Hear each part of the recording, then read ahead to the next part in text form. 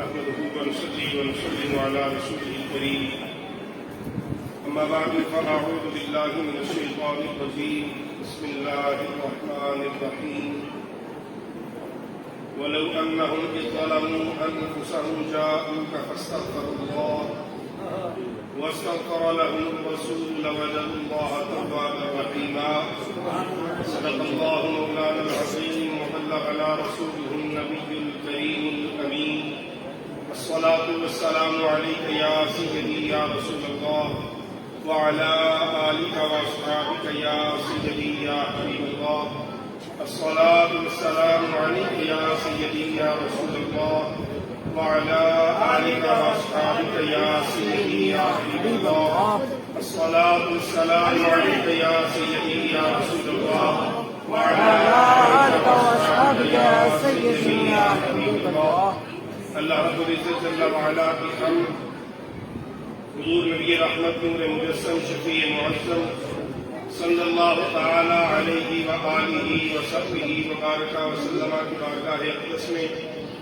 ہدیہ درود و سلام عرض کرنے کے بعد اللہ رب العزت جل وعلا کا بے حد شکر کہ اس خالق و مالک نے شعبان المعظم کی آج اس نورانی اور بابرکت شب یعنی 15ویں رات میں ہم سب کو مسجد میں حاضری کی سعادت اور توفیق بخشی نماز عشاء با جماعت ادا کرنے کے بعد اللہ رب العزت کے کلام کی تلاوت اس کے حبیب کریم صلی اللہ تعالی علیہ وسلم کی نعت شریف اہل بیت اطہار صحابہ کبار علیہم رضوان کی تعریف اور پھر یقیناً علماء کرام سے بالخصوص برادر عزیز حضرت علامہ مولانا وحید صاحب سے آپ نے کچھ نہ کچھ سنا ہوگا۔ حاجی اکرام صاحب بڑی محبت کے ساتھ آپ سے مخاطب تھے۔ گرامی قدر حضرات، یہ رات اور اس جیسی راتیں امت مسلمہ کے لیے اللہ کا ایک انعام ہے، ایک تحفہ ہے مالک کا جو اس نے ہم گناہگاروں کو عطا کیا ہے، اور یہ ساری اللہ کی نعمتیں جس نسبت کی وجہ سے ہمیں میسر ہے وہ نسبت امام الانبیاء کی نسبت ہے۔ اگر رسول اللہ صلی اللہ تعالی علیہ وسلم کے امتی ہونے کی سعادت ہمیں میسر نہ ہو تو پھر نہ یہ لیلۃ البرات ہو، نہ پھر لیلۃ القدر ہو، نہ پھر قرآن کریم کی عظیم نعمت ہو، نہ دنیا میں ہمیں رب کی معرفت ہو، نہ ہمیں اہل بیت اطہار کی شناخت ہو، نہ صحابہ کرام کے مقام کا پتہ ہو، نہ کائنات میں کسی اور کا احترام، کسی کی عزت ہو۔ اگر یہ سب کچھ ہمیں میسر ہے، اگر ہم مسجد کے احترام اور تقدس کو جانتے ہیں، اگر ہم قرآن مجید سے محبت کا تعلق رکھتے ہیں، قرآن مجید کو اپنے سینے سے لگا کے رکھنے کو اپنے لیے باعث سعادت سمجھتے ہیں، اگر ہم اولیاء کرام کا ادب اور احترام کرتے ہیں، اگر صحابہ کرام اور اہل بیت اطہار کا ذکر ہو تو ہماری آنکھیں نم ہو جائیں، ہمارے سر جھک جائیں، اور جب امام الانبیاء کی بات ہو تو پھر ہماری آنکھ ہو کہ برسنا شروع ہو جائے اور رکنے کا نام نہ لے، تو یہ سب کچھ تو میسر ہے۔ یہ صرف فقط اس نسبت کی وجہ سے ہے کہ ہمیں اللہ کے آخری نبی اور رسول کے ساتھ امتی ہونے کا شرف اور نسبت حاصل ہے۔ آج دنیا میں بڑے بڑے لوگ ہیں، تعلیم کے اعتبار سے، دولت کے اعتبار سے، وسائل کے اعتبار سے، دنیاوی طاقت اور جاہ و جلال کے اعتبار سے وہ ہم سے کئی درجے آگے ہیں، وہ ہم سے فار بیٹر ہے، ہم سے بہت آگے ہے، ٹیکنالوجی کے اعتبار سے، علم کے اعتبار سے، وسائل کے اعتبار سے، وہ ہر لحاظ سے ہم سے بہتر ہے۔ ہم ان سوسائٹیوں کو آئیڈیلائز کرتے ہیں۔ ہم سے پوچھئے تو ہم میں سے ہر کوئی امریکہ جانے کے لیے اپنی جناب تڑپ کا اظہار کرے گا۔ ہر کسی کی چاہت یہ ہوگی کہ مجھے UK کا ویزا مل جائے، مجھے جرمن نیشنلٹی مل جائے، مجھے فرانس اور اٹلی کی شہریت مل جائے، مجھے یونان اور جرمنی کی شہریت مل جائے۔ یہ ہماری معراج ہے۔ یہ ہم سمجھتے ہیں کہ وہ معاشرے ہم سے بہت بہتر ہے، وہاں معاوضہ ملتا ہے، وہاں محنت کا پھل دیا جاتا ہے۔ اگر اس معاشرے میں ہم چلے جائیں تو چند سالوں کی محنت کے بعد ہم اپنے فیوچر کو سیکیور کر لیتے ہیں، ہم اپنے بچوں کے مستقبل کو محفوظ کر لیتے ہیں، ہم یہاں کاروبار کر سکتے ہیں، ہم یہاں گھر بنا سکتے ہیں، ہم گاڑی لے سکتے ہیں، اپنے لائف سٹائل کو بیٹر کر سکتے ہیں، یہ ہم سب کی چاہت ہے۔ لیکن میرے عزیز، رب کے قرآن سے جب ہم نے پوچھا کہ یا اللہ بتا تو صحیح، کیا امریکہ میں رہنے والے بہتر ہیں؟ کیا تیرے قرآن اور تیری نگاہ میں UK میں رہنے والے بہترین ہیں؟ کیا فرانس کی نیشنلٹی والے وہ سب سے سپیریئر ہیں؟ کیا چائنا کی نیشنلٹی رکھنے والے وہ تیرے لیے بہت اعلیٰ ہے؟ فرمایا نانا، تم خیر امہ، میرے لیے کوئی بہتر نہیں ہے۔ اگر میرے لیے کوئی بہتر ہے تو فقط وہ بہتر ہے جس کو میرے محبوب سے امتی ہونے کا شرف حاصل ہے۔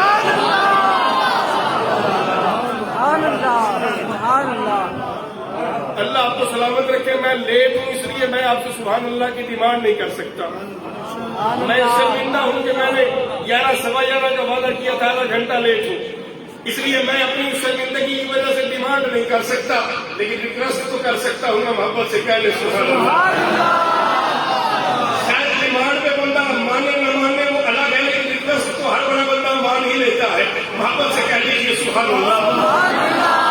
ہم جن معاشروں کو آئیڈیلائز کرتے ہیں، جن ملکوں کی نیشنلٹی کے لیے طلب لیے رہتے ہیں، رب کے قرآن سے پوچھا تو ان کا ذکر دور دور تک نہیں ملا۔ لیکن جو لوگ اپنے آپ کو کمتر جانتے ہیں، جو سمجھتے ہیں دنیاوی وسائل کے اعتبار سے ہم ترقی پذیر ملک میں رہتے ہیں، ہم شاید ان سے بہت پیچھے ہیں، شاید نہیں یقیناً ٹیکنالوجی کے اعتبار سے، ترقی کے اعتبار سے ہم ان سے بہت پیچھے ہیں، لیکن قرآن نے کہا کنتم خیر امہ، کبھی احساس کمتری کا شکار نہ ہونا۔ جو نسبت میں نے تمہیں عطا کی ہے وہ یورپ کی فضاؤں میں رہنے والوں کو بھی میسر نہیں ہے، اور وہ نسبت ہے میرے مصطفیٰ کی نسبت، وہ سعادت ہے میرے مصطفیٰ کا گدا ہونے کی۔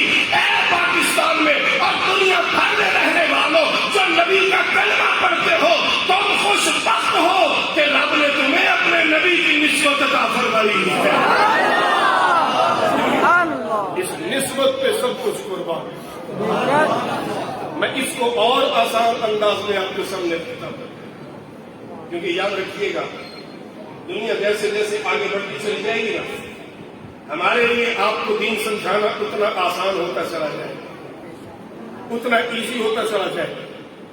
شاید آج سے 2 سال پہلے جب یہ میں مسئلہ سمجھانے بیٹھتا تو آپ لوگ کہتے دیوانے کی بڑک ہے، مولوی جی مسجد سے نکلے نہیں اس لیے کہتے ہیں کہ امریکہ میں رہنے والے سے تم بہتر ہو، مولوی صاحب نے یورپ دیکھا نہیں اس لیے وہ انگور کھٹا ہے، لومڑی نے جنگ لگائے جب نہ پہنچی تو کہنے لگی انگور کھٹا ہے، تو مولوی جا نہیں سکا، اس لیے مولوی دل کو تسلی دیتا ہے کہ UK میں رہنے والوں سے تم بہتر ہو، یہ کہتا ہے جرمنی میں رہنے والوں سے تم بہتر ہو، یہ کہتا ہے اٹلی میں رہنے والوں سے تم بہتر ہو۔ یہ کیا باتیں کرتا ہے؟ ہم تو پہلے ہی کہتے ہیں کہ مولویوں کو دنیا کی خبر نہیں ہے، نہ دین جانتے ہیں نہ دنیا جانتے ہیں۔ ہمارے فواد چودھری صاحب تو ٹھیک کہتے ہیں مولویوں کو پتہ کوئی نہیں، لیکن آج اس ڈیٹ میں جب میں یہ بات کر رہا ہوں تو میرے لیے بڑا آسان ہے آپ کو قائل کرنا، آپ کو سمجھانا۔ اور یارو اگر تم یہ سمجھتے ہو کہ اٹلی والے تم سے بہتر ہیں، اگر یہ سمجھتے ہو کہ UK والے تم سے بہتر ہے، اگر یہ سمجھتے ہو کہ امریکہ والے تم سے بہتر ہیں، ہر لحاظ سے بہتر ہیں، ٹیکنالوجی کے اعتبار سے آگے ہیں، طب کے اعتبار سے آگے ہیں، ڈاکٹر ان کے اچھے، ریسرچ ان کی اچھی، لیکن ذرا دل پہ ہاتھ رکھ کے بتانا جب کووڈ آیا ہے، جب کرونا آیا ہے تو پھر امریکہ نے لاشیں سنبھالی نہیں گئی، اٹلی والوں سے لاشیں سنبھالی نہیں گئی، اور تمہارے ہسپتال اچھے، تمہارا نظام اچھا، تمہارے ڈاکٹر اچھے، تمہاری میڈیسن 1 نمبر، تمہارے تجربے، تمہاری ریسرچ بہت آگے تھی، لیکن بتاؤ تو صحیح بنا کیا؟ تم سے لاشیں سنبھالی نہیں جا رہی، اور پاکستان جیسا ترقی پذیر ملک جہاں دنیا میں دوائیں بھی 2 نمبر پاکستان میں، یہاں احتیاط کے لیے بھی آمادہ کوئی نہیں، یہاں احتیاط کو تیار بھی کوئی نہیں، یہاں ہمارا نظام صحت بھی کمزور ہے، لیکن اس کے باوجود اٹلی والوں تم سے لاشیں سنبھالی نہیں جا رہی، اور یہاں پوری بے احتیاطی کر کے بھی کرونا اس قوم کا کچھ بگاڑ نہیں پا رہا۔ وجہ کیا ہے؟ کرونا اس لیے تمہارا کچھ بگاڑ نہیں پایا کہ تمہیں نسبت رب کے حبیب سے ہے۔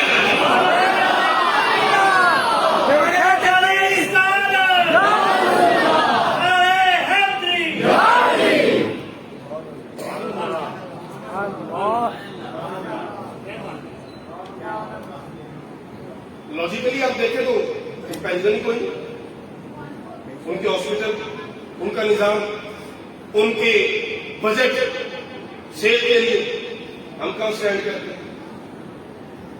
اور بھائی پیناڈول بھی 1 نمبر نہیں ملتی. کوئی رشتے دار برطانیہ کو آ گیا اگر انہوں نے کہنے یار تو پیناڈول کے پتے لائیں گے. سعودیہ تو آنے ہیں لائیں دوائیاں کیوں 1 نمبر ہوں گی؟ یہاں پیراسیٹامول نہیں 1 نمبر، ڈسپرین 1 نمبر نہیں. اتنا برا حال. ہسپتال چلے جاؤ، ڈاکٹر کی مرضی گیم کھیل لے، ڈاکٹر کی مرضی چیک کر لے. اتنے گراوٹ والے سسٹم کے باوجود کورونا نے پورا زور لگا لیا، لیکن آپ کا کچھ بگاڑ نہیں سکا. وجہ یہ نہیں کہ ہمارا امیون سسٹم بڑا تگڑا تھا،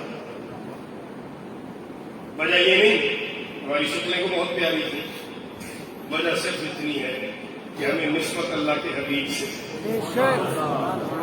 اس اللہ کے حبیب کی نسبت نے ہمیں بچا لیا اور ابھی تک بچا رہی ہے.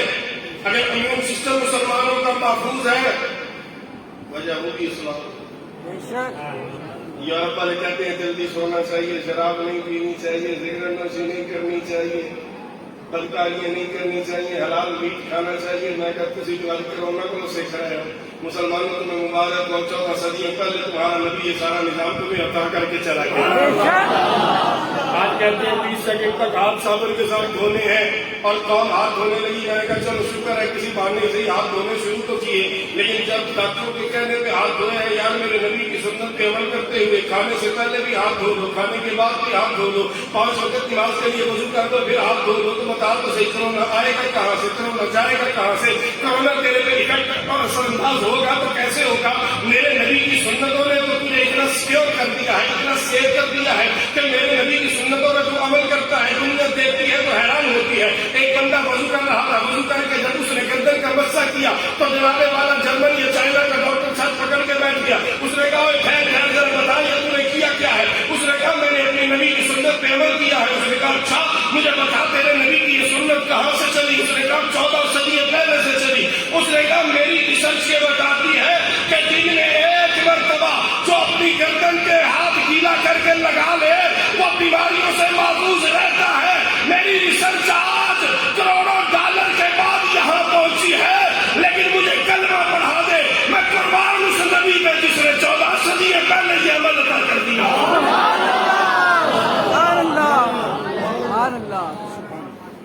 1400 سال پہلے گردن کا یوں مسا کرنا، یوں کلی کرنی ہے، یوں ناک میں پانی ڈالنا ہے، یوں جناب والا چہرے کو دھونا ہے، یوں کوہنیوں تک ہاتھ بازو کو دھونا ہے، یوں اپنے پاؤں کو دھونا ہے، یوں رکوع کرنا ہے، یوں سجدہ کرنا ہے. اور کوئی ایکسرسائز بندہ نہ کرے، 5 وقت کی نماز با جماعت پڑھ لے. ایکسرسائز کی ضرورت ہے.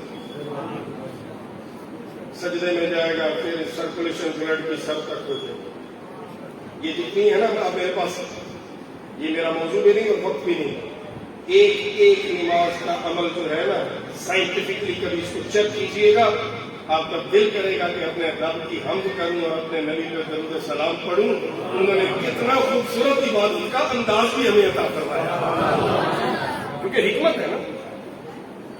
نماز شروع کرنی ہے، قیام ہے، پھر رکوع ہے، سجدہ ہے، کوئی نہ کوئی حکمت ہے. بغیر حکمت کے لاجک کے تو کچھ بھی نہیں. اب ہماری عقل تھوڑی ہے، ہم سمجھ نہیں پاتے، لیکن دنیا آگے بڑھتی چلی جائے گی، گرے کھلتی چلی جائے گی، چیزیں سمجھ آتی چلی جائیں گی. تو اب تم بہتر ہو. وجہ حبیب سے اب آگے چلیے. بظاہر سی بات ہے انسان ہے، کمزور ہے، گناہ گار ہے، خطاؤں کے پتلے ہیں، عیب ہزار، کمیاں ہزار ہیں.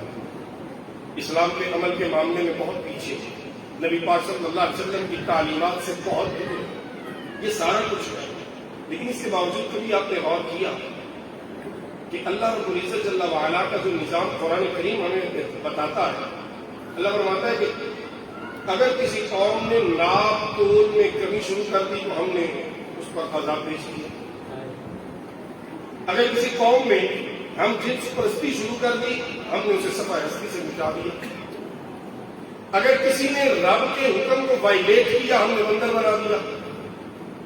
کسی پر ہم نے بجلی کا عذاب، کسی پہ ہواؤں کا عذاب، کسی پہ پانی کا عذاب.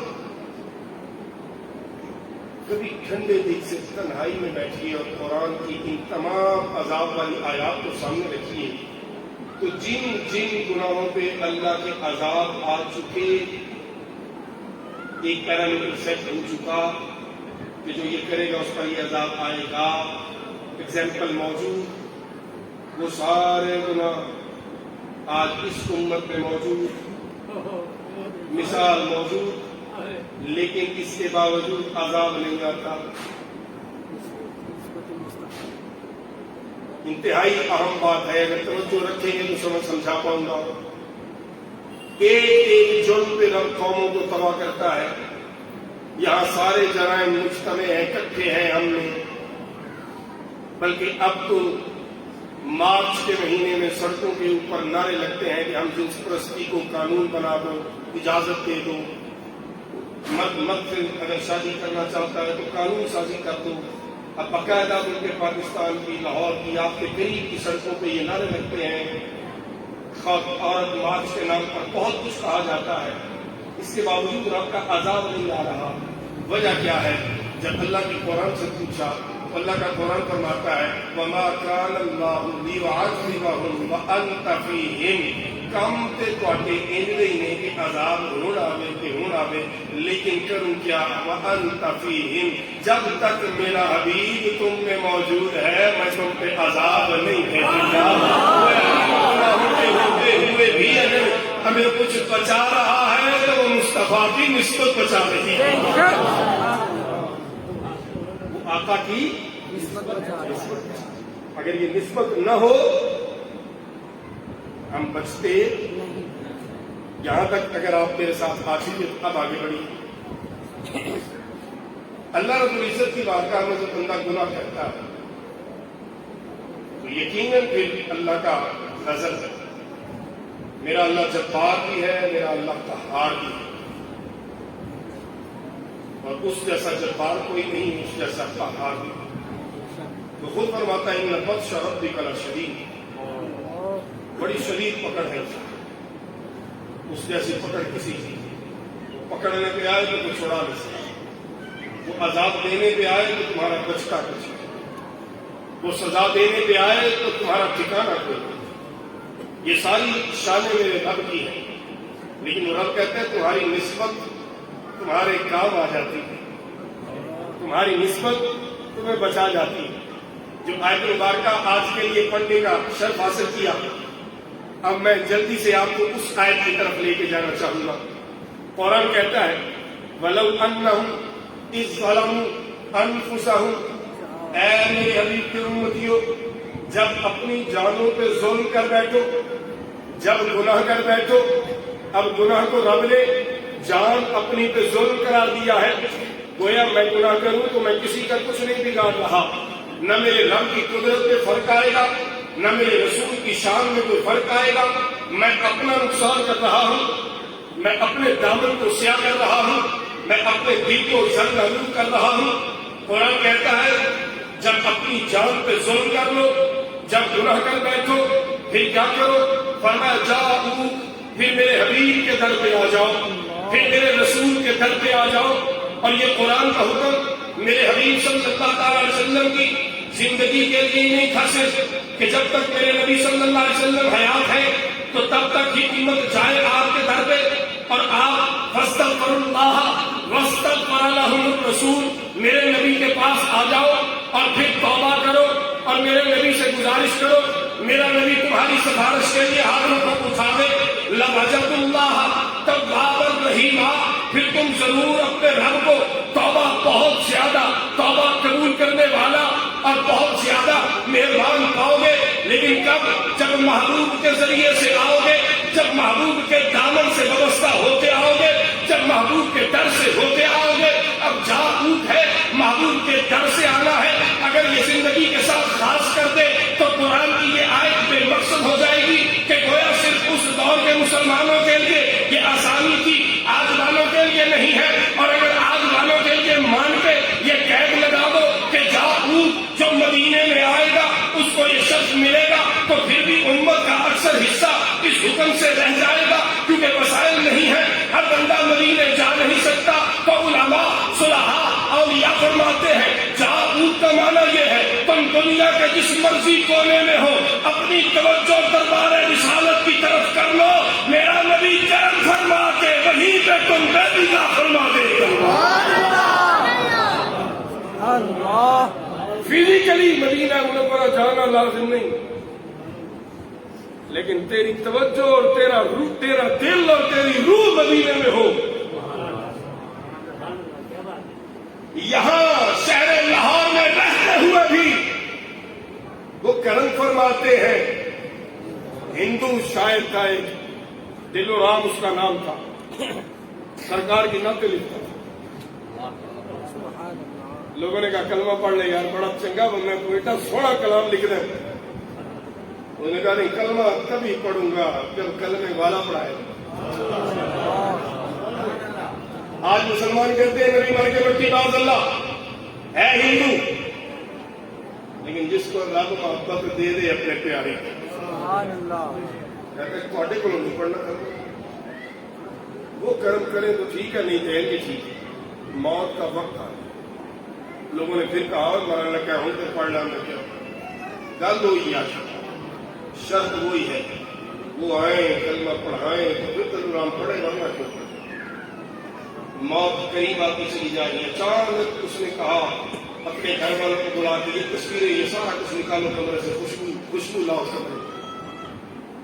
وہاں سے بیٹھے ہوئے حیران ہو کہنے لگے کیا ہو گیا کیا ہو گیا؟ انہوں نے کہا پوری ہو گئی ہے۔ جنہوں سمجھ آئی ہو لکھو میرے سبحان اللہ، جنہوں نہیں آئی کل انشاءاللہ میرے بھرا کو سمجھا دیں گے، پھر کہہ دینا سبحان اللہ، جنہوں نہیں ہو گج کے کہو سبحان اللہ۔ ہندو شاعر کہتے ہیں کمرے سے تصویریں ہٹا دو، خوشبو لاؤ خوشبو لاؤ۔ انہوں نے کہا ہوا کیا؟ اس نے کہا بات پوری ہو گئی ہے، اور ساری زندگی جن کی نعتیں لکھتا رہا ہوں وہ کلمہ پڑھانے تشریف لے آئے ہیں۔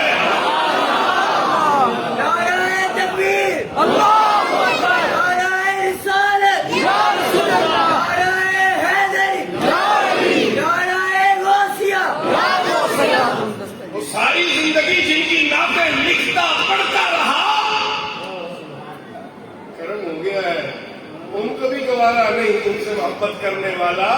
ہندو مر جائے جہنم میں چلا جائے، اگر دل و رام سچے دل سے محبوب کو یاد کرے تو محبوب اس کو بھی کرم فرماتے ہوئے زیارت بھی عطا فرماتے ہیں، کلمہ بھی پڑھا دیتے ہیں۔ تو اب سمجھنا اس آیت کو قرآن کی، رب کہتا ہے جاؤک، اور جب گناہ کر بیٹھے میرے محبوب کی بارگاہ کی طرف متوجہ ہو جا، اور وہ تو ہندو تھا، تجھے تو نسبت ہے ان کے امتی ہونے کی، اور میرے حبیب سے بڑھ کر اپنی امت سے کوئی پیار کرتا ہی نہیں ہے۔ قرآن پڑھے، قرآن پڑھے۔ ابراہیم علیہ السلام کہتے ہیں ربی انہم اضللن کثیرا من الناس، یا اللہ بڑے لوگوں نے تربیت کی تھی، بڑے لوگ گمراہ، فمن تبعنی فانہ منی، جو میری مان لے میری اتباع کر لے وہ میرے ہیں، ومن عصانی، جو گناہ کرے جو نہ مانے میری نافرمانی کرے تیری، فإنک غفور رحیم، تو جان وہ جان تو بخشنے والا مہربان ہے، پاوے بخش دے پاوے جنت میں سو۔ میرا ان کا تعلق ہے، میرا ان سے تعلق ہے توجہ ہے۔ حضرت موسیٰ علیہ السلام کی دعا بھی ملے گی، قرآن میں انبیاء کی دعائیں موجود ہیں۔ انبیاء کرام کہتے ہیں کہ جو نیک ہے یا اللہ وہ ہمارے ہیں، جو گناہگار ہیں وہ تیرے ہیں، گناہگاروں سے ہمارا تعلق کوئی نہیں۔ ہر نبی یہی بات ہر نبی کا یہی انداز، ہر نبی کا یہی فرمان، لیکن جب بات آئی تیرے میرے نبی کی، جب بات آئی مدینے کے تاجدار کی، جب بات آئی آمینہ کے لال کی، تو یہاں کایا پلٹ گئی۔ عرض کیا مولا نیک سارے تیرے، پہلے نبی کہتے تھے یا اللہ نیک ہمارے گنہگار تیرے، بات آئی آپ کے میرے کریم آقا کی، مسلمانوں آپ کے میرے کریم نے عرض کیا مولا نیک سارے تیرے، گنہگار سارے مجھ محمد کے۔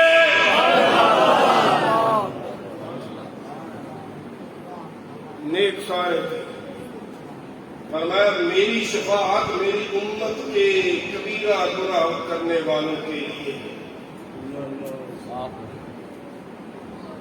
اچھا بعض والدین بھی مجبور ہو جاتے ہیں اور اخبار میں اشتہار دے دیتے ہیں کہ ہم اپنے جگر کے ٹکڑے کو آگ کرتے ہے ہمارا، لیکن ہم کہتے ہیں ہمارا اس سے آج کے بعد تعلق کوئی نہیں، نہ اس کی بات سے نہ اس کے عمل سے، یہ جانے تم جانو۔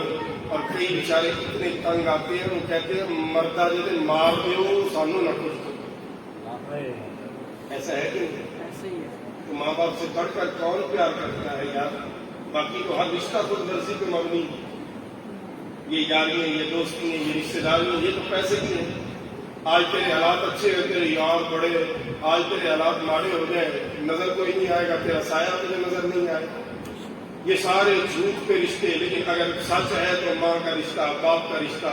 لیکن ایک وقت ایسا آتا ہے کہ تیری حرکتوں سے تنگ آ کے وہ بھی کہتے ہیں ساتھ نہیں، اور صدقے جاؤں اپنے نبی کی رحمتوں کے، ہم گناہ پہ گناہ، گناہ پہ گناہ، گناہ پہ گناہ، گناہ پہ گناہ۔ ماں باپ کی جس کو کہہ دیتی ہوں ساڈا نہیں، آمنہ کے لال کہتے ہیں جو بھی ہو جائے ہے تو میرا۔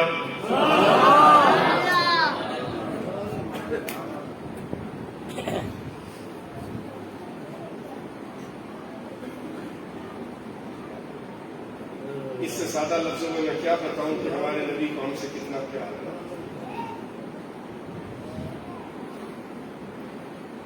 اچھا آپ ساری رات آج عبادت کریں گے، دعائیں کیا مانگیں گے؟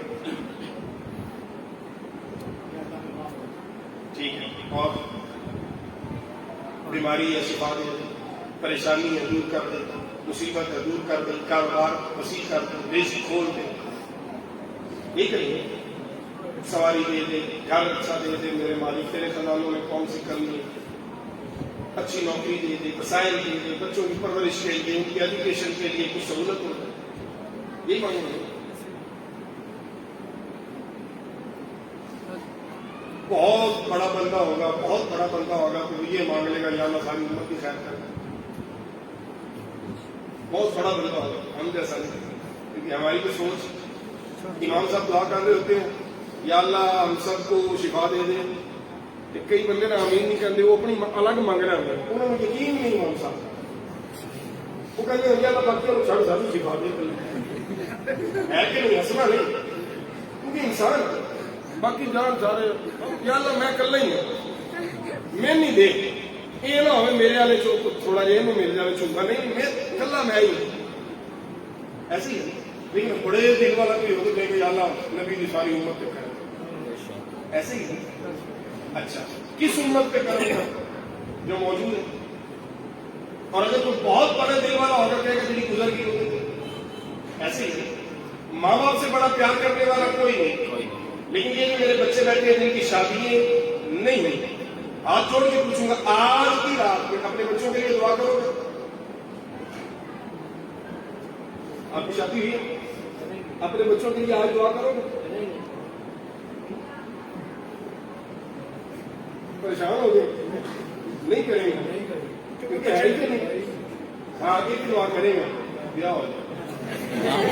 ہنسنا نہیں مسجد میں، یار سمجھا رہا ہوں میرے بچوں، ہنسنا نہیں، من ہے مسجد میں اس طرح کھل کے آپ جیسے یہ تو کر سکتے ہو، سمجھ آتی ہے یار شادی، لیکن بچوں کے لیے تم آج دعا نہیں کریں ایسے ہی۔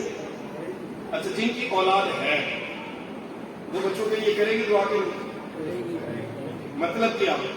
جنہ دی ہے وہ کر رہے ہیں دعا، جنہ دی ہے ہی نہیں ہوگی وہ دعا، کیونکہ آنا ضروری ہے، آئے گا تو پتا چلے گا نا کہ یہ تو ہے، جب آیا ہی نہیں تو پتہ نہیں شادی ہونی ہے نہیں ہونی، اولاد ہونی ہے کہ نہیں ہونی، کیونکہ کئی شادی شدہ ہیں جو اولاد سے، ٹھیک ہے۔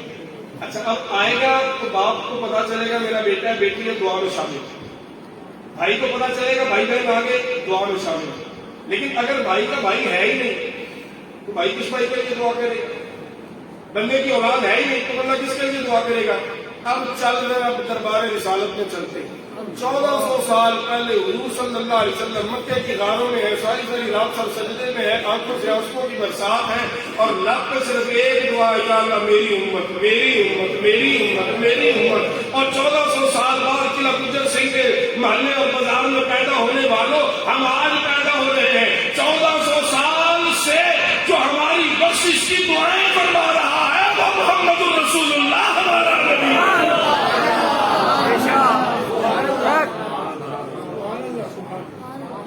کہاں ملے گی ایسی محبت؟ اچھا چلو اس کو یوں بھی دیکھ لو، آج کیا ہے 2021، 1921 میں ٹھیک 100 سال پیچھے 29 مارچ 1921 ہماری نسل کا جو بندہ موجود تھا، پردادا یا پردادے کا دادا جو بھی، اس کا نام ہم میں سے کس کس کو آتا ہے؟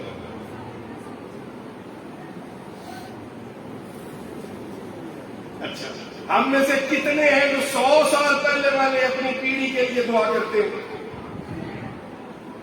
کہ 100 سال بعد ساڈے واسطے کنیا کرنی؟ تو یار اپنا خون جڑا صرف 100 سال میں کرتا تو بھلا دینا ہے۔ ایسے میں اللہ کے نبی نے 1400 سال پہلے بھی اور آج بھی قیامت تک کی اپنی امت کو یاد رکھا ہوا ہے، یہاں بھی، میزان میں بھی، اور عرش پہ سدرۃ المنتہا سے پار بھی۔ تو بتا اب ہم کسی سے پوچھ پوچھ کے نبی سے پیار کریں گے یا کہ بند کر کے نبی سے پیار کریں گے؟ سبحان اللہ۔ خون خون کے لیے دعا نہیں کرنا، نبی پاک صرف اس نسبت سے کہ ہے جو میرے۔ اچھا سن لو، تاریخ ابن کثیر نے دلایا ہوا نہایا میں حدیث موجود ہے، مفہوم عرض کرتا ہوں۔ رسول اللہ صلی اللہ علیہ وسلم نے فرمایا، اے میرے صحابہ، حیاتی خیر لکم و مماتی خیر لکم، میری ظاہری زندگی بھی تمہارے لیے بہتر ہے، میرا ظاہری طور پہ دنیا سے پردہ فرما جانا بھی تمہارے لیے بہتر ہے۔ صحابہ کو سن کے جھٹکا لگا، حیران ہو کے عرض کرتے یا رسول اللہ ظاہری طور پہ ہونا تو بہتر ہے، سمجھ آتا ہے، کھانا نہ ملے بھوک ستائے، آپ کی زیارت کرتے ہیں بھوک مٹ جاتی ہے، اولاد کا غم آئے آپ کو دیکھتے ہیں تو غم بھول جاتے ہیں، پورا کنبہ شہید ہو جائے، بوڑھی عورت سامنے جب چہرہ مصطفیٰ ہے تو کہتی ہے بس میرے نبی سلامت ہے تو ہر غم بھول گئی ہوں۔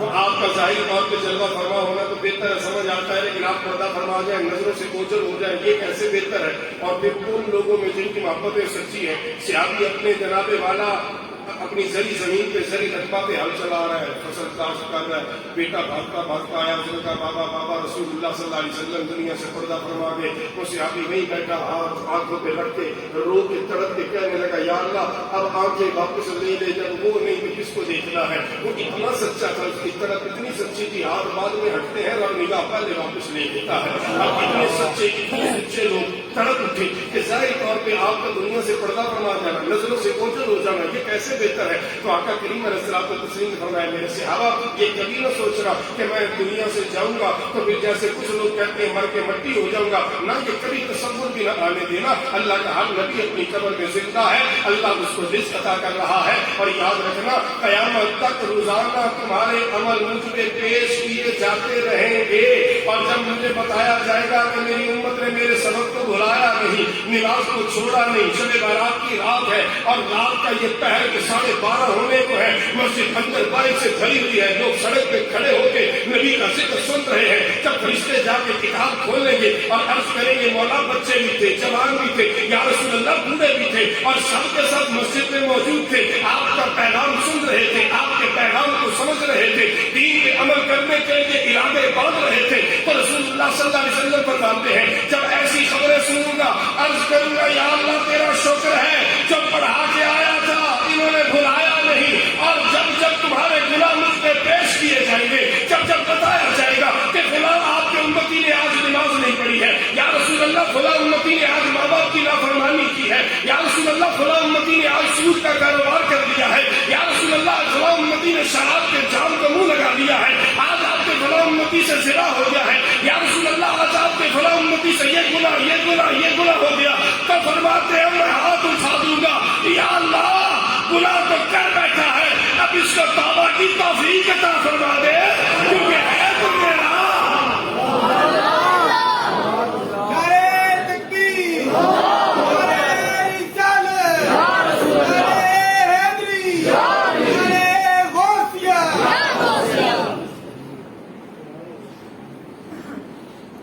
ہے تو میرا،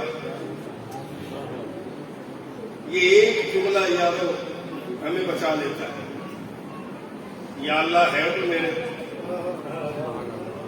یا اللہ ہے تو میرے، اللہ فرماتا ہے اچھا ابھی ہم نے آپ کی وجہ سے اور مہلت دی. حضرت مالک بن دینار رحمۃ اللہ تعالی علیہ جب رب کسی کے دل کو بھیجے شراب کی عادت تھا, شراب پی گئی. شب برات کی یہ رات ہے, اپنے معمول کے مطابق ڈرنک کیا, لیتے ہیں, خواب میں دیکھتے ہیں قیامت قائم ہوگی. اب ایک بہت بڑا اژدہا پیچھے ہے, منہ کھولے کھانے کی کوشش کر رہے. مالک بن دینار اس سے بچتے ہوئے دوڑ لگا, لیکن بچاؤ کی کوئی صورت ہے, بڑی تیزی سے پیچھا تھا. مالک بن دینار دوڑتے دوڑتے ایک بزرگ کے پاس پہنچے. بزرگ کو عرض کیا میرے پیچھے لگائے, خدا کے لیے بچا لو. بزرگ نے کہا کہ میری طاقت اتنی نہیں میں تجھے بچاؤں, آگے جا, شاید تیری کوئی امانت آگے ہو جو تجھے بچا لے. کہتے میں دوڑتا دوڑتا آگ کے گڑے کے بالکل گرتے گرتے بچا سنبھلا. ایک پہاڑی کی پردے لگے ہوئے تھے, بڑا خوبصورت سا نظام تھا. وہاں پہنچا, میرے پہنچنے کی دیر تھی, اندر سے بچے دوڑتے ہوئے آئے, اور یہ وہ بچے تھے جو بچپن میں فوت ہوئے تھے. دوڑتے ہوئے آئے تو ایک بیٹی تھی جس سے مالک بن دینار کو بڑا پیار تھا, وہ فوت ہوئی تھی, اور اسی کے غم میں شراب تو لگے تھے. وہ بیٹی دوڑ کے آئی اور اس نے اپنے بابا کو تھام لیا. بیٹی نے جب بابا کو تھام کے کہا میرے بابا ہے میرے بابا ہے, وہ اژدہا بھی غائب ہو گیا, منظر بدل گیا. جب منظر بدلا, حضرت مالک بن دینار نے اپنی بیٹی سے پوچھا بیٹی یہ کیا منظر ہے, یہ کیا معاملہ ہے؟ تو بیٹی نے کہا بابا یہ جو آپ کے پیچھے اژدہا تھا یہ آپ کے گناہ ہے. آپ نے اپنے گناہوں کو اتنا بڑا کر لیا تھا کہ وہ آپ کو نگلنے کے لیے تھے. کہا وہ بابا ملا تھا, کہا وہ آپ کی نیکیاں تھیں, چونکہ نیکیاں تھوڑی تھی, بابا کمزور تھا, گناہ تگڑے کے بابا بچا نہیں سکا. اور پھر بیٹی نے باپ کو قرآن کی آیت سے اس نے کہا الم یقین للذین آمنوا ان تخشع قلوبهم لذکر اللہ, اے ایمان والو کیا ابھی وقت نہیں آیا کہ تمہارے دل اللہ کے ذکر کے سامنے جھک جائے؟ باپ نے بیٹی کا ماتھا چوما اور اس نے کہا تم قرآن پڑھ رہی ہو, تم قرآن پڑھ رہی ہو؟ کہا ہاں بابا ہم زندوں سے زیادہ قرآن جانتے ہیں. کہا بیٹا آج کے بعد تیرا باپ تم سے وعدہ کرتا ہے پکی توبہ. آنکھ کھلی بستر پہ موجود, رات یہی تھی, توبہ کی. پھر رب نے ایسا مقام دیا کہ ولیوں کی جماعت میں ایک اونچا نام حضرت مالک بن دینار کا. وہ رب تو یوں نواز دیتا. میں کس بندے کا واقعہ آپ کے سامنے رکھوں. حضرت بشر حافظ اللہ کا ولی بہت بڑا, لیکن ان کو بھی یہ میں کی عادت تھی. ایک دن جا رہے تھے, ایک کاغذ کا ٹکڑا گندگی میں پڑا نظر آیا, اس پر اللہ کا نام دیکھا, اٹھایا, چوما, صاف کیا, چوما, خوشبو لگائی, نیچا رکھ دیا. رات آئی تو چل پڑے.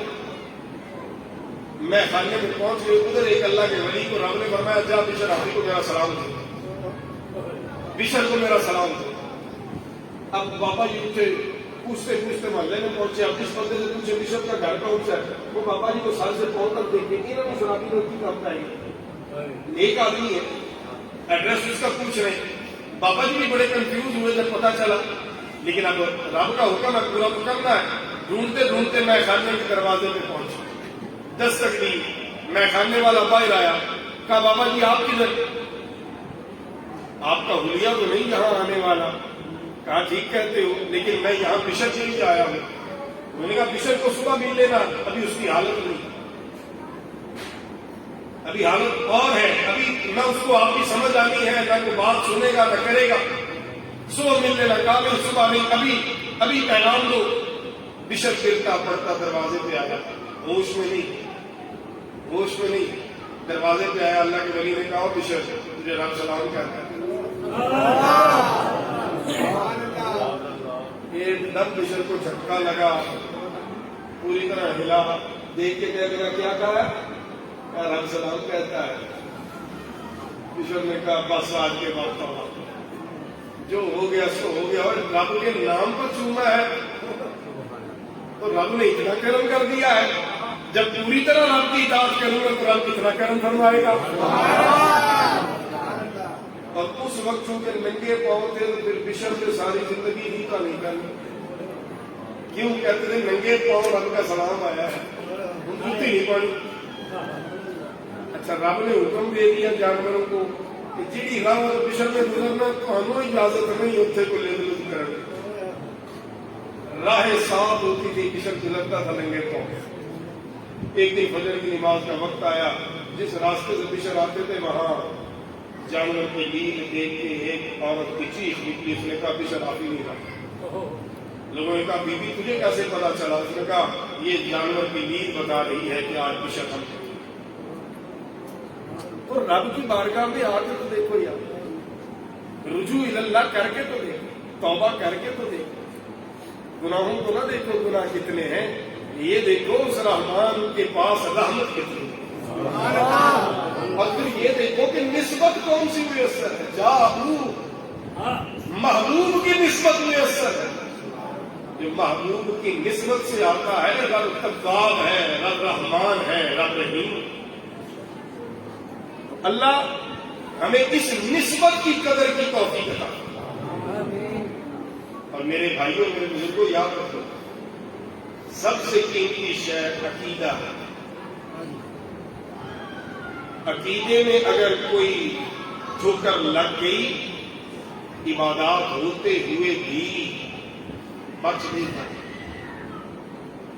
کیونکہ بنیاد ہے عقیدہ. جب عقیدہ گڑبڑ ہو گیا, یعنی ابلیس جو شیطان وہ شرک کرتا ہے, مشرک نہیں, اللہ کو ایک مانتا, اللہ کی عبادت کا انکاری نہیں. آج بھی ابلیس جس کو شیطان ہم کہتے ہیں اللہ کی عبادت سے انکار نہیں کرتے, اللہ کی عزت کا منکر بھی نہیں. یہ اللہ کو ایک بھی مانتا ہے, اس کی عبادت کے لیے بھی تیار ہے, اس کی عزت بھی کرتا ہے, لیکن رب فرماتا ہے کہ مردودہ دفعہ ہو. وجہ یہ ہے کہ اس نے اللہ کے نبی کی تعظیم کا انکار کیا. بس اتنی سی بات ہے, عقیدہ درست ہو, اعمال میں کمی رہ بھی جائے کہ صحیح سے بات فرما جائے. لیکن اگر عقیدے میں ٹھوکر لگ گئی, اعمال جتنے بھی ہوں, ابلیس نے ان کے نمازاں سجدے بچا سکے نہیں.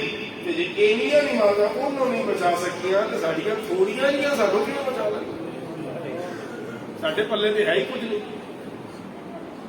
آج کی رات میں آپ نے کرنا کیا ہے؟ امام حسن مصطفیٰ کا میں قول آپ کے سامنے رکھ کے بات کر رہا ہوں.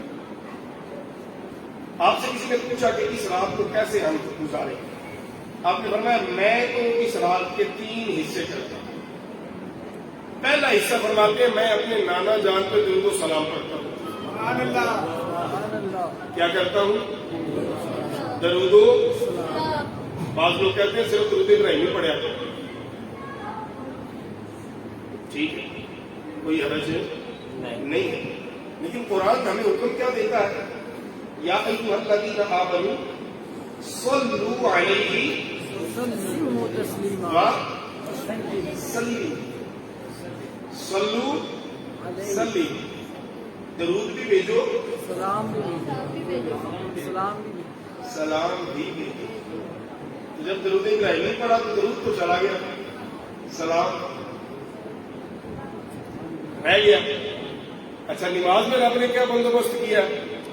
نماز میں رب نے بندوبست یہ کیا ہے پہلے سلام پہ پھر درود. السلام علیکہ پہلے, اس کے بعد اللہم صلی علی محمد. لہذا سلام بھی ہے درود بھی ہے. یا نماز پڑھ لیں گے تو نماز کے بعد پڑھ لو, لڑائی کس گل میں؟ بس اتنا فرق ہے, آپ نماز میں پڑھتے ہیں, نماز سے پہلے کہتے ہیں نہیں اسی کہتے ہیں جی نماز بھی جائز ہے باہر بھی جائز. ٹھیک ہو گیا. تو حضرت امام حسن مصطفیٰ فرماتے ہیں پہلے حصے میں رات کے میں کیا کرتا ہوں؟ درود و سلام. دوسرے حصے میں فرماتے ہیں میں استغفار کرتا ہوں.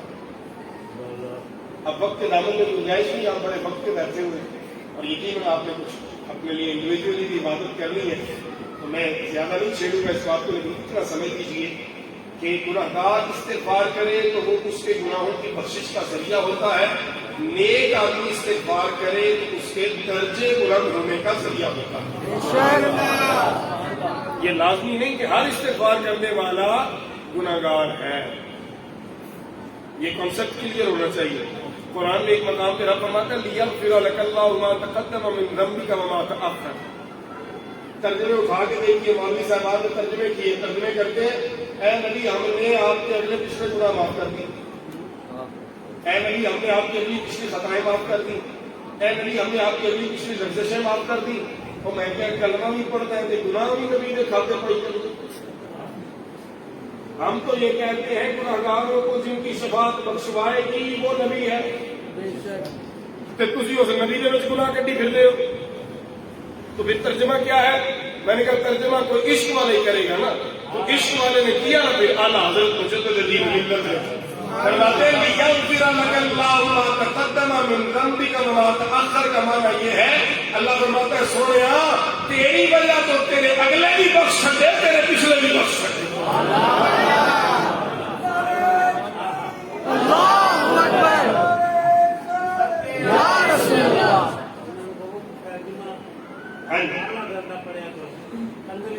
کنز ایمان شریف پڑھے کبھی بھی نہیں بھٹکیں گے انشاءاللہ۔ یہ میں نے ایک مثال دی ہے آپ کو۔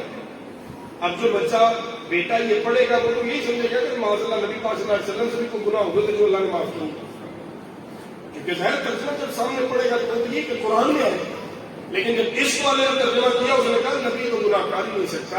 اس کا مطلب یہ اللہ کہتا ہے سونے تیری وجہ تو جنہیں تیرے تو پہلے تشریف لے آئے تو انہوں نے بھی بخش دیتا، تیرے تو بعد جنہوں نے تشریف لے آنا ہے تیری نسبت کی وجہ تو انہوں نے بھی بخش دیا۔ ٹھیک ہو گیا؟ تو استغفار کرنا ہے دوسرا حصہ۔ تیسرا حصہ فرماتے ہیں واسجد وقترب، میں رکوع سجدے کر کے رب کے قریب ہوں، نوافل پڑھتا ہوں۔ لیکن فی زمانہ اہم بات ہے، ہمارے ذمے قضا نمازیں ہیں، ہمارے ذمے قضا نمازیں ہیں، پینڈنگ چل رہی ہیں۔ کسی نے 5 سال نمازیں نہیں پڑھی، کسی نے 10 سال نہیں پڑھی، کسی نے 20 سال نہیں پڑھی۔ اب وہ اتنا پیریڈ ہے نمازوں کا، کوئی آج بھی سستی کر جاتے ہیں، ہم کوئی پڑھ لی کوئی رہ گئی۔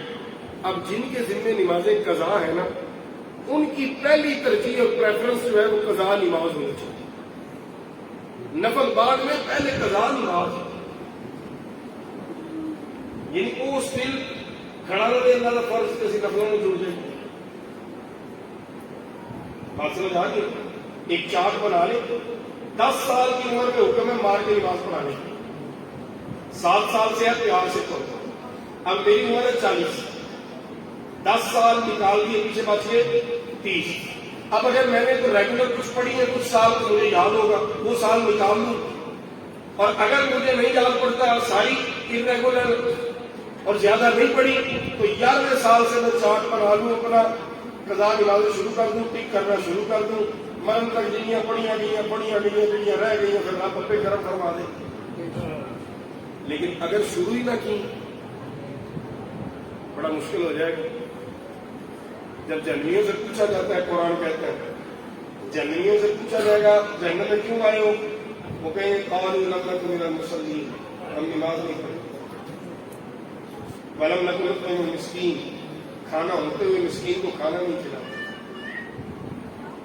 سمجھ آ گئی؟ آج کی رات میں سچی توبہ، سچی توبہ کے لیے ضروری ہے گناہوں پہ شرمندگی، ندامت، سچے دل سے توبہ، اور تیسرے نمبر پہ آئندہ گناہ نہ کرنے کا عہد اور بات۔ اور سب سے اہم بات جس سے آغاز کیا تھا نبی پاک صلی اللہ علیہ وسلم کا ذریعہ اور وسیلہ، اس کے بعد ابھی سے نمازیں شروع، تلاوت قرآن شروع، اگلے مہینے بڑا مہربان ہے، اپنے شیطان کو بڑھ کر بند کر چلنا، اپنے نسل دفاع پورا مہینہ میں اپنے نبی کی امت کو نا کھلا دینا چاہتا ہوں، راج راج کی عبادت کرو۔ لیکن اسی نہ ایسے سست لوگ ہیں، پہلے 4 روزے سے بڑا نس نس کے مسیحے آنے ہیں، 5 روزے پتہ نہیں کی ہو جاتے، پہلی فجر جو اتنے تھلے جگہ نہیں ہوتی، اسی بڑے خوش ہوتے ہیں، کہتے ہیں واہ واہ یار سارے بچے بھرا آ گئے مسیحے آ گئے۔ دوسرے دن تھوڑا جہا گھٹتا کم، تیسرے دن اور گھٹتا، چوتھے دن اور گھٹتا، ستویں اٹھویں روزے سے پہنچ لو ہی نمازی حالت میں جڑے اللہ کا خیر سے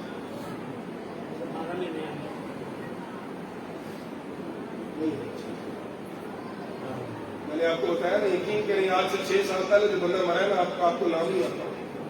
میں آپ سے پوچھوں نا، آپ کو محلے کے کسی بندے کا جو 6 سال پہلے مرا ہے، آپ کو 10 منٹ لگیں گے نام سوچتے ہوئے کہ حنیف نہیں کو نبی نہیں 6 سال بعد لوگوں کی یاداشت کو ختم ہو جائے.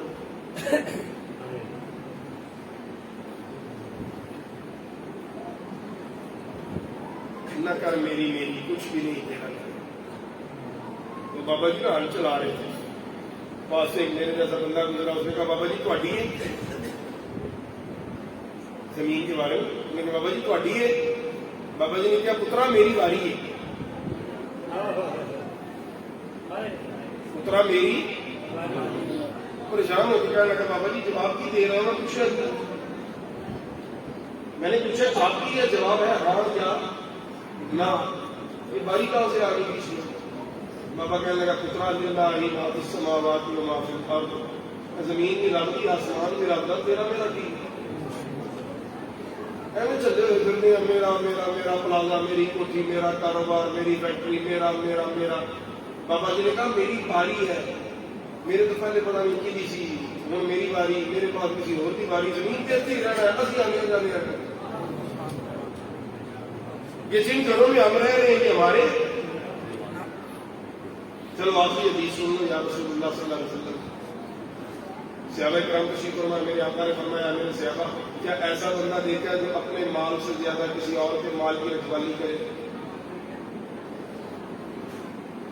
شہر لاہور کے ماحول میں رہنے والوں، یہی سوال میں آپ سے پوچھتا ہوں، کیا ایسا بندہ کوئی آپ نے دیکھا ہے جس کو اپنے مال سے زیادہ دوسرے کے مال کی فکر ہو؟ نہیں دیکھا. صحابہ کرام نے بھی یہی عرض کیا. انہوں نے کہا یا رسول اللہ نہیں، ایسا نہیں ہوتا. ہر بندے کو پہلے نمبر پر اپنے مال کی، اپنی چیز کی فکر ہے، دوسرے نمبر پہ شاید ہو تو ہو، پہلا نمبر ہمیشہ. اب جواب سننا، اللہ کرے میں سمجھاتا ہوں. میرے کریم آقا صلی اللہ علیہ وسلم، ہم سب کے کریم آقا صلی اللہ علیہ وسلم نے فرمایا میرے صحابہ کو بتاؤ، اگر تم میں سے ابھی یہاں کسی وقت کسی کی موت واقع ہو جائے، جو پاس ہے، جو گھر میں ہے، وہ کس کا ہے؟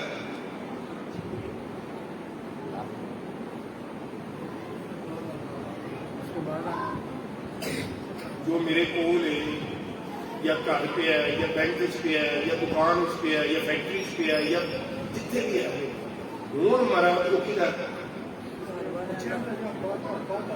بارسوں کا میرا کی سرکار کا عالم صلی اللہ علیہ وسلم کو ہاں صحابہ نے یا رسول اللہ سمجھ آ گئی. ساڈا تو کوئی ابھی تو رکھوالی کر رہے ہیں، چوکیداری کر رہے ہیں. ہم صرف معذرت کے ساتھ ناراض نہیں ہوتے. ہماری جاب کتنی ہے؟ چوکیدار. چوکیدار پورے باہر ہی بندہ بچارا بڑھاپے سمجھے پورے باہر ہی بچے نے پڑھا اکثر. اللہ ماشاء اللہ اچھے بچے بھی ہیں. اللہ ہمیں والدین کی قدر کی توفیق عطا فرمائے. لیکن چوکیدار سے زیادہ ہماری فقت، ہماری ویلیو، ہم رکھوالی کرتے کرتے قبر میں چلے جاتے ہیں. باقی پچھو مزے موتی کرتے ہیں. اسی زکات نہیں کی، اسی صدقہ نہیں کٹے، اسی خیرات نہیں کی، اسی اللہ کے حکم نہیں پورے کیتے. جوڑتے رہ مر کے خالی ہاتھ قبریں جا پہ پچھلا دوسرے کی موج لگ گئی. ہمارا تو نہیں. صحابہ نے پھر عرض کیا یا رسول اللہ کرم فرما دیجیے، بتا دیجیے پھر ہمارا کیا.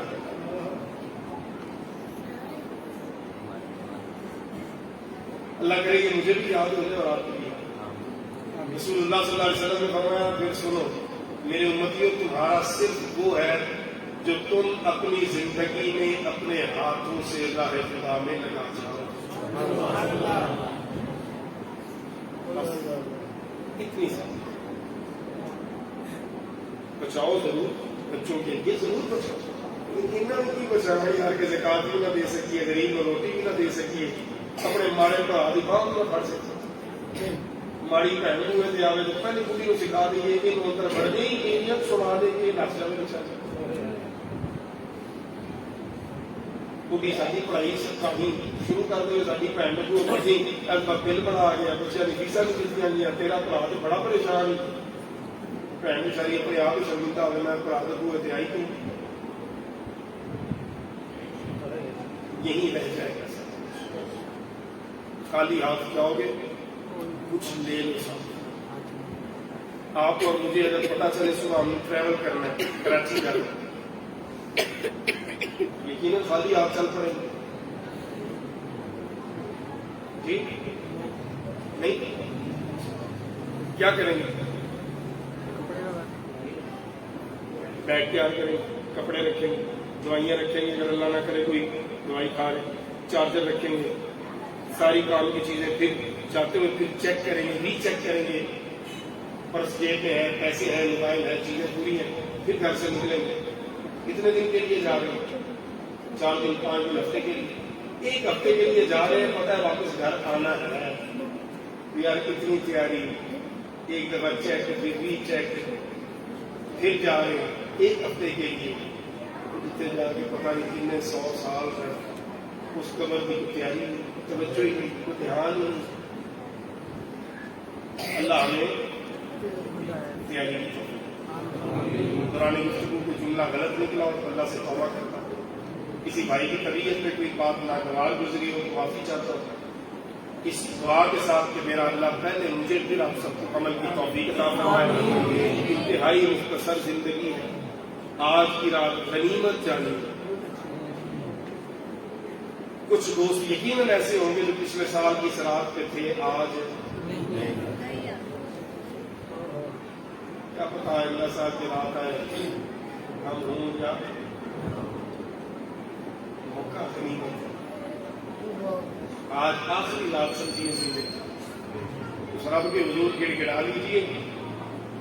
وعدہ ہے عثمانی جو میرے سامنے آ کے سر جھکا کے مانگتا ہے نا, میں اسے خالی نہیں دے سکتا.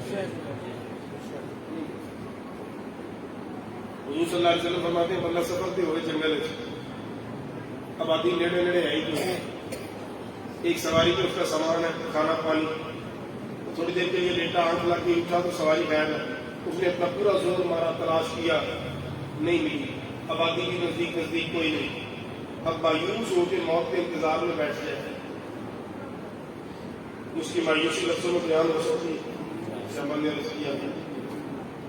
فرمایا اسی پریشانی میں آنکھ لگے, تمہارا آنکھ چھوڑے, سواری کھڑی ہو, پانی بھی موجود ہے, کھانا بھی موجود ہے. اب اس کی خوشی کا ٹھکانا الفیہ جہاں موت دیکھ کے زندگی پاوے, پوری خوشی لفظہ سے بیان نہیں ہوتی. تو رسول اللہ صلی اللہ علیہ وسلم نے فرمایا اتنا وہ بندہ موت کے بعد زندگی ملنے پہ خوش نہیں ہوتا جتنا وہ غفور الرحیم اپنے گناہگار بندے کے توبہ کرنے پہ خوش ہوتا. اللہ رب العزت میرے برادر اکبر کے علم میں, عمر میں, صحت میں برکتیں عطا فرمائے. مسجد کی جملہ انتظامیہ اور آپ جملہ شرکاء, اللہ جو جو مرادیں آپ لیے بیٹھے ہیں, اللہ وہ تمام مرادیں آپ کی پوری فرمائے.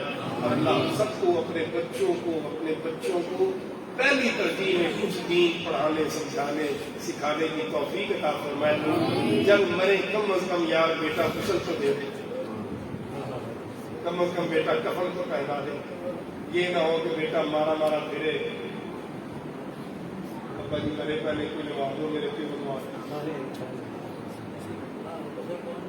باپ کا جنازہ اور بیٹا ہاتھ باندھ کے کھڑا ہو لیکن پتہ کچھ نہ ہو, پڑھنا کیا ہے.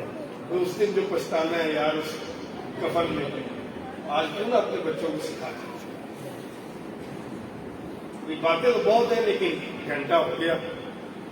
اللہ رب العزت ہمیں عمل کی توفیق آمین.